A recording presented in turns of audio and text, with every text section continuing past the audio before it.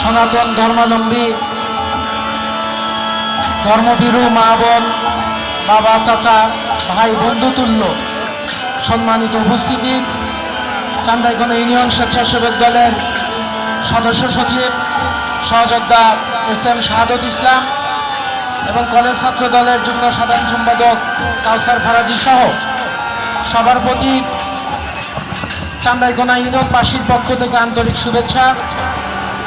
আপনাদের এই ধর্মযজ্ঞের মাঝে আসলে বিরক্ত করার কথা বলা অনুচিত নয়, তারপরেও একটু পরিচিত হওয়ার সুযোগ পেয়েছি, যার কারণে আমি মাইক হাতে নিয়েছি।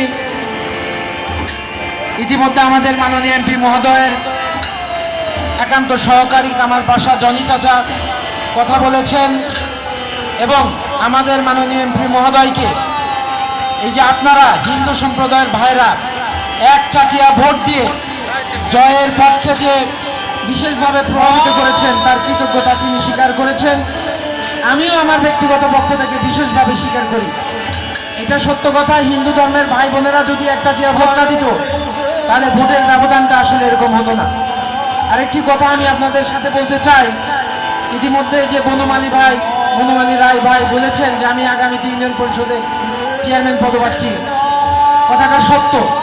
তবে এই ক্ষেত্রে আমার সবচেয়ে বড় অনুপ্রেরণা আপনাদেরই সন্তান স্বর্গীয় স্বপন কুমার রায়। ওনার কিন্তু অর্থ সম্পদ কিংবা পারিবারিক ব্যাকগ্রাউন্ড খুব বেশি ছিল তা না, শুধুমাত্র ভালোবাসা দিয়ে এই চান্দাইকোনার 25 থেকে 30,000 মানুষের হৃদয় জয় করে এই ইউনিয়নে বারবার চেয়ারম্যান হিসেবে আপনাদের সেবা করেছেন। উনি মারা গেছেন তাও এক যুগ, কিন্তু ওনার নাম মারা যায় নাই। সবার কাছে একটাই কথা, ওনার আদাব, ওনার নমস্কার, মানুষের সাথে সদাচরণ। আমি ব্যবসার বাড়ির সন্তান, কিন্তু আমারও অত অর্থ সম্পদ নাই।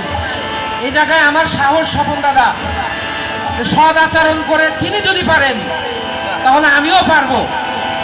আপনাদের এই মন্দিরের বেদিতে আজকে আমি প্রার্থী হিসেবে কথা বলছি, কিন্তু এই মন্দিরের বেদিতে বসে আমি প্রার্থী হব কিনা সেই মত বিনিময় করার সুযোগ হয়েছিল। আপনাদের সম্প্রদায়ের যারা মুরব্বী তারা আমাকে সেদিন কান ভরে দোয়া করেছে যে তুমি আমাদের ছোট ভাই, তুমি এগিয়ে যাও, আমরা সার্বিক সহযোগিতা করব। সেই শক্তি এবং সাহস বুকে ধারণ করে আমি ঘোষণা দিয়েছি আগামী ইউনিয়ন পরিষদে নির্বাচনে আমি অংশগ্রহণ করব। আজকে আপনাদের কাছে বলে যেতে চাই, আমার দলের পরিচয়, পারিবারিক পরিচয়, এগুলো কোনো পরিচয়ই না।